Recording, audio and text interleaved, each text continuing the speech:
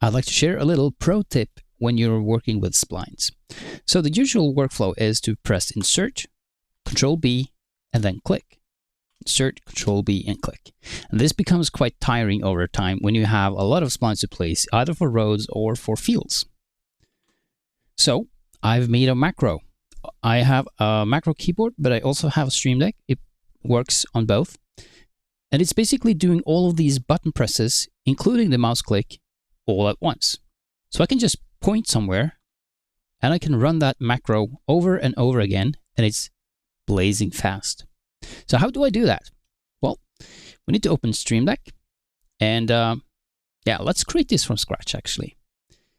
So I go here to multi-action, drag it in place, and then I can start to find the hotkeys I need. So under System, you find Hotkey, click here to assign a button, press Insert, and another hotkey for Control B, and then we need a plugin to work with this, to be able to left click. So let's jump out of that and find the Elgato Marketplace.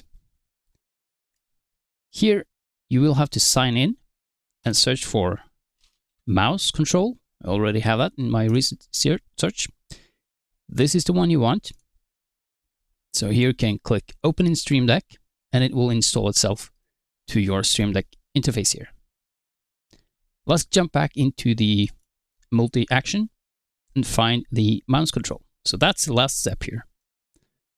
Here, mouse event, we'll scroll all the way to the top and find mouse left click. Okay, let's try this in action. I'm clicking, and you can see it's not as snappy as the example before. And that's because we need to adjust the delay settings. So for each of these lines, you can click this clock to customize the delay. Let's try maybe 8 milliseconds. Let's try that again.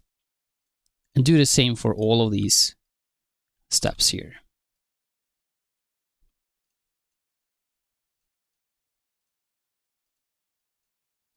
There we go. And now when I try that again, it is much snappier and faster to do. I also have a keyboard with macro keys on the side here, so you can use that as well if you don't have a Stream Deck. So I'll click this keyboard and I'll create a new macro. The interface may look different if you have a different brand, by the way. So this is the Logitech keyboard. I'll create a new macro, give it a new name. Let's just say Insert and the Snap. And no repeat. And then I'll start recording the sequence. Record keystrokes. And then I'll click Insert, Control B, and left click. And then stop recording. And that's basically it. And then I can click and drag this to one of the keys here. Insert and Snap is this one. Add that to my G5 key. Back in GE, I can start to do this the same way.